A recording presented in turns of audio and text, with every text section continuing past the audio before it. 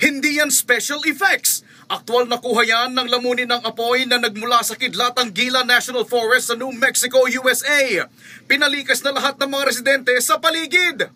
Sa Florida, iaabsuelto na sana ng judge sa kastong domestic violence si dating NFL star child.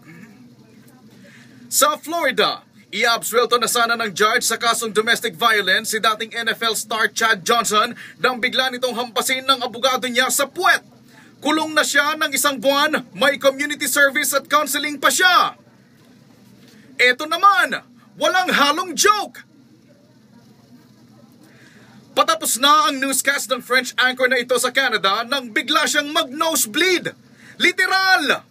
Okay sa alright na raw ngayon ang anchor. Ulitin ko. Okay sa alright na raw ngayon ang anchor. Eto, papatok kaya kung totoo? Sa UK, isang restaurant ang nagtesting ng serving tray na lumilipad. Hanep! Ang maaksyong balita.